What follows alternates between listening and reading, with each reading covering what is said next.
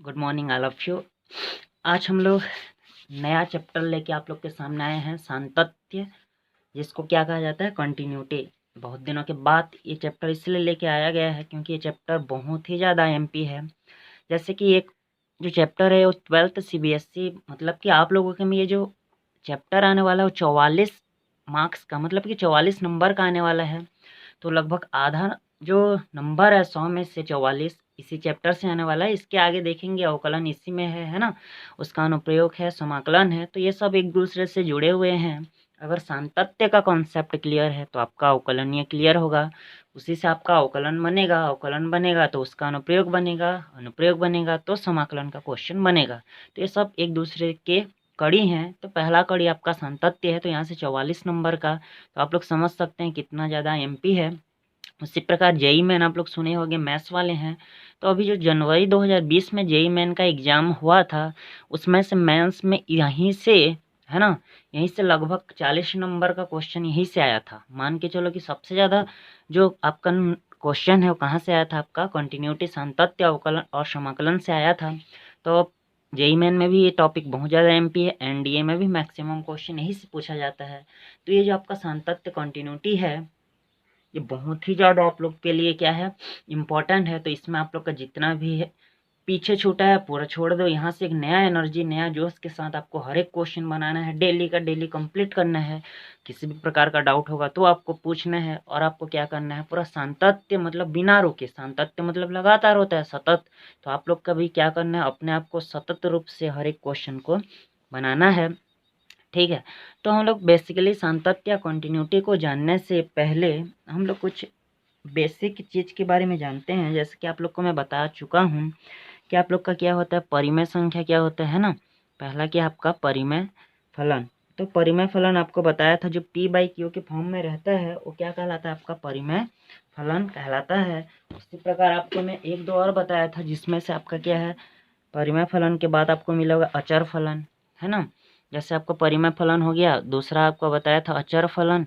अचर फलन में भी बताया था कि आपका क्या होता है, कि यहाँ पे जो प्रांत और जो आपका सहप्रांत होता है उसमें क्या होता है, एक ही होता है। यहाँ पे बहुत सारे अवयव हो सकते हैं, लेकिन हम लोग का अचर में क्या होता है कि उसका जो प्रतिचित्रण बनता है वो केवल क्या होना चाहिए, एक ही होना चाहिए, है ना।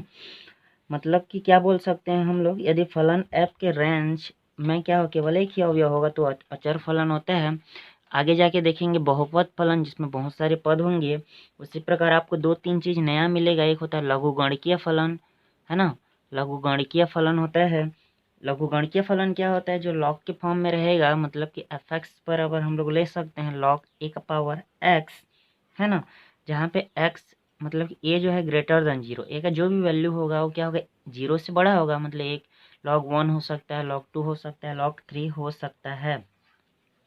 बाकी यहाँ पे हम लोग एक नहीं ले सकते, क्योंकि लॉग एक लेंगे तो उसका मान क्या होता है, शून्य हो जाता है। तो यहाँ पे एक को छोड़ के लेना है। उसी प्रकार यहाँ पे चरघातांकीय फलन जो आपका नया मिलेगा, बताऊंगा इसका फॉर्मूला किस टाइप का होता है, किसका होता है, चरघातांकी फलन का। उसी प्रकार त्रिकोणमितीय फलन आप लोग जानते हैं, है ना, जितना भी sine cos tan cot cosec sec ये सब क्या होता है, आपका त्रिकोणमितीय फलन होता है। तो उसी प्रकार आपका और जो है सम और विषम फलन भी जानते हैं आप लोग, है ना। सम फलन क्या होता है कि F x, F minus x बराबर अगर एफ एक्स आएगा तो सम फलन होता है। जबकि आपका विषम फलन क्या होता है कि अगर आपका एफ माइनस एक्स बराबर माइनस एफ एक्स आएगा तो क्या होता है, आपका विषम फलन। तो इस प्रकार हम लोग को बेसिकली बहुत सारे फलन हैं, जाके आगे जाके देखना है। तो ये सब देखने से पहले आपको कुछ इम्पोर्टेंट फार्मूला जो आप लोग पढ़ भी चुके हैं और जो कुछ पढ़ने वाले भी हैं उसको बता रहा हूँ। जैसे कि आपका पहला जो फार्मूला होता है वो इस प्रकार है। पहला फार्मूला आप लोग पढ़े भी हैं कि limit x tends to a c equal to क्या होता है, सी। दूसरा होता है limit x tends to zero sine x equal to zero, क्योंकि साइन जीरो का वैल्यू जीरो होता है ना। उसी प्रकार आपका limit x tends to zero cos x equal to one होता है। ये भी पढ़े आप लोग, लिमिट एक्सटेंड टू जीरो, है ना, साइन एक्स बाई एक्स, या इसको ऐसा लिख सकते हैं limit x tend to zero x बट्टे साइन एक्स दोनों का वैल्यू क्या होता है 1 होता है ना। उसी प्रकार हम लोग ये भी लिख सकते हैं limit x tend to infinity 1 + 1/x का पावर x बराबर ई होता है ना। उसी प्रकार आपको 6 जो फार्मूला होता है लिमिट के फॉर्म में, limit x tends to 0 1 + x है ना। यहाँ पे मैं क्या लिख सकता हूँ कि y का घात x रहेगा तो उसका वैल्यू डायरेक्टली ई होता है ना। उसी प्रकार limit x tends to 0 e का पावर x -1 बाई x का वैल्यू भी क्या होता है 1 होता है। उसी प्रकार आपका क्या होता है कि लिमिट है ना x टेंड्स टू 0 a का पावर x भी ले सकते हैं, n ले लेते हैं, a का पावर n -1 बाई x बराबर क्या होता है log e a होता है। और उसी प्रकार limit x tends to a x का पावर n माइनस a का पावर n पूरे के बट्टे में x माइनस a बराबर n a x का घात a का घात x -1 होता है। और एक फार्मूला आप लोग पढ़े होंगे है ना, limit x tends to 0 log a की बेस पे 1 + n पूरे के बट्टे में x बराबर क्या होता है log a e। तो ये आपका लिमिट का कुछ क्वेश्चन था जबकि हम लोग 11th में पढ़े थे है ना। क्योंकि हम लोग सांतत्य में हर एक क्वेश्चन लिमिट के फॉर्म में रहेगा तो ये सब आपको ज़रूरत हो सकता है। उसी प्रकार मैं आप लोग को एक नया चीज़ बताया था चरघातांकीय फलन। तो चरघातांकीय फलन के कुछ महत्वपूर्ण फार्मूले होते हैं जिसमें से आप लोग को क्या करोगे लिमिट के फार्मूले को आप लोग को लिख लेना है ना। और चरघातांकीय के कुछ बेसिकली फार्मूले जो होते हैं उसको आपको बता रहा हूँ। जैसे कि आपका चरघातांकीय फलन का जो फार्मूला होता है वो किस प्रकार होता है ना। इसको हम लोग इसमें से जो सबसे पहला होता है वो ये होता है कि e का पावर x को मैं लिख सकता हूँ 1 + x है ना, प्लस क्या लिख सकता हूँ x² बाई फैक्टोरियल 2। फिर क्या लिख सकता हूँ x का घात 3 बट्टे फैक्टोरियल 3। इस प्रकार ये आगे बढ़ता हुआ जाता है ना। उसी प्रकार दूसरा a का पावर x, अगर a का पावर x है तो उसका फॉर्मूला होता है 1 + x क्या होता है log e के बेस पे a है ना, प्लस x² बाई फैक्टोरियल 2 क्या हो जाएगा log e के बेस पे a का होल स्क्वायर। इस प्रकार यह बढ़ता जाता है। तीसरा जो फॉर्मूला होता है वो क्या होता है log 1 + x equal to x minus क्या हो जाएगा x² बाई फैक्टर 2 x का घात 3 बट्टे 3 x का घात 4 बट्टे 4 plus dash dash mod x less then 1।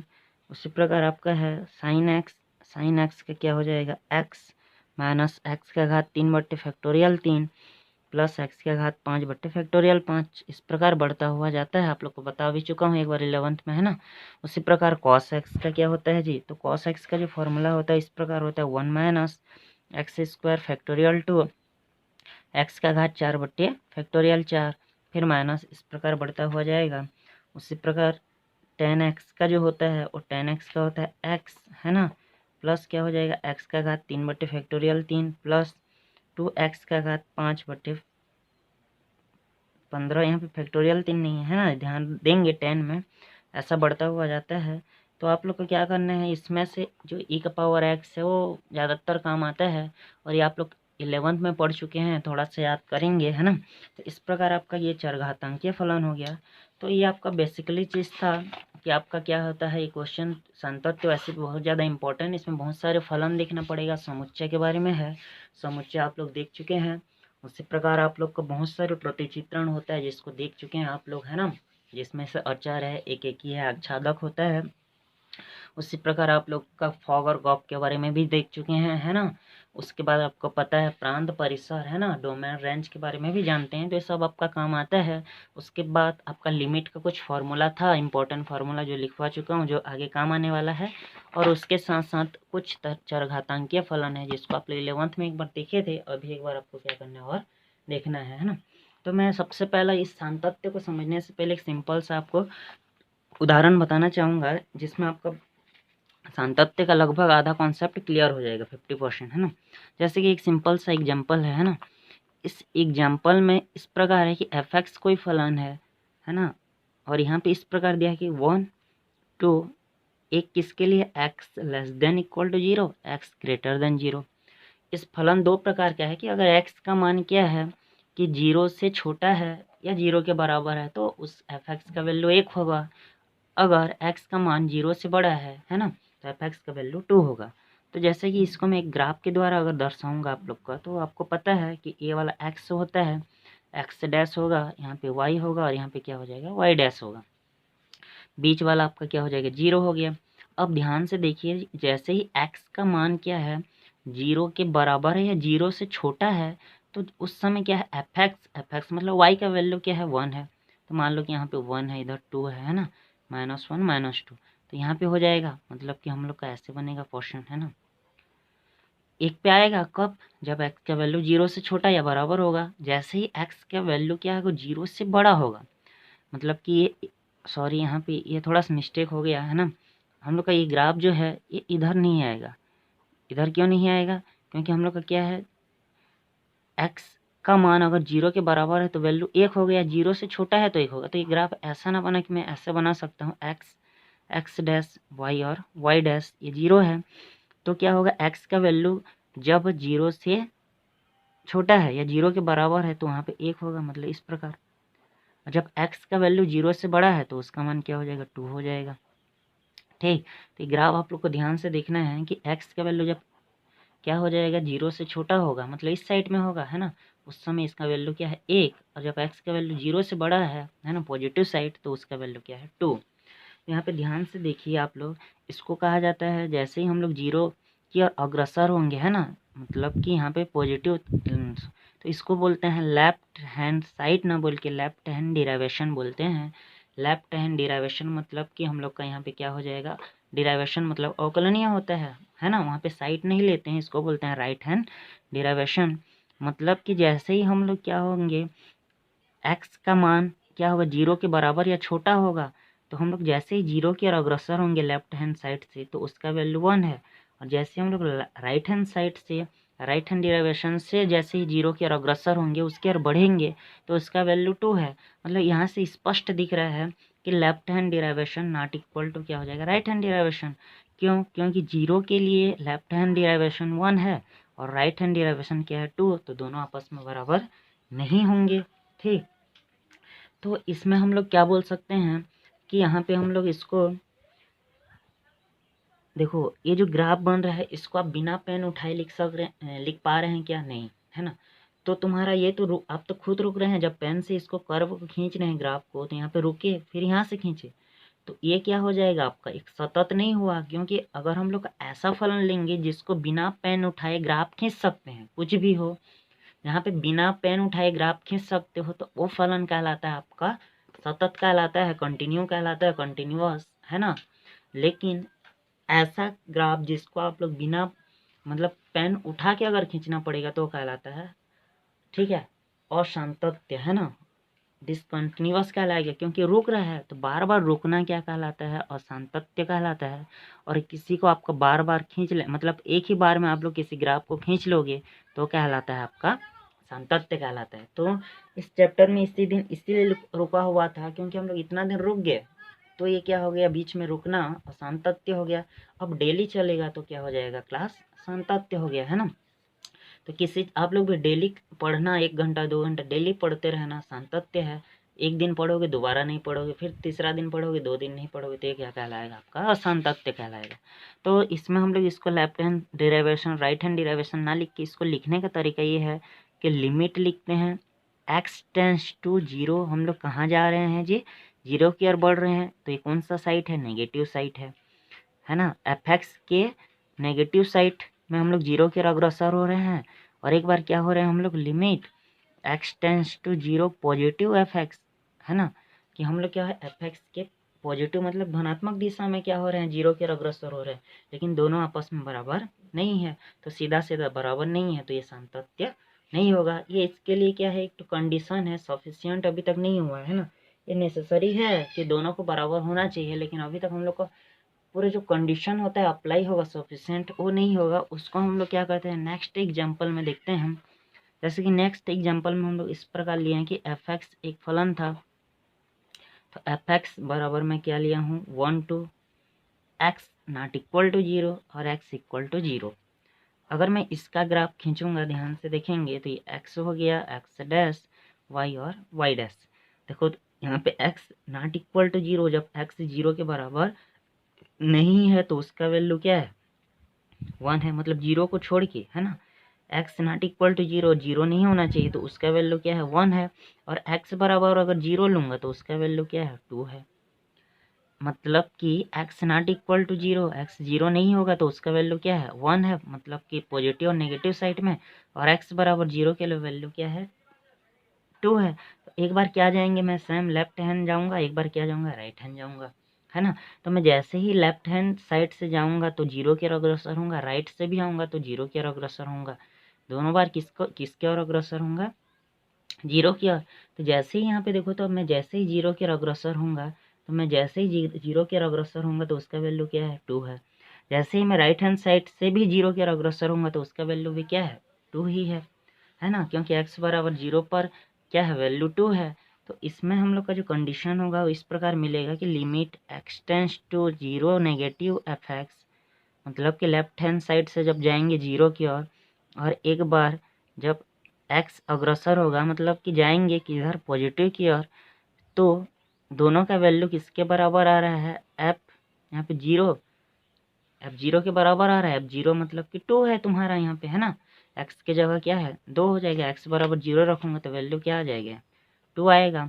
तो यहाँ पे क्या है, अगर आपका लेफ्ट हैंड साइड मतलब कि लिमिट एक्स नेगेटिव और लिमिट एक्स पॉजिटिव वाला आपस में बराबर है, और वो जिस बिंदु पर बराबर होंगे, अगर तीनों का वैल्यू समान आ जाएगा तो फलन क्या कहलाता है सांतत्य। सांतत्य का बस इतना ही डिफिनेशन है, इतना ही रूल है, इतना ही आपका सफिशिएंट कंडीशन है कि आपका left hand derivation right hand derivation आपस में बराबर होना चाहिए, और जिस बिंदु पर है वो क्या होगा वो भी आपस में बराबर होना चाहिए।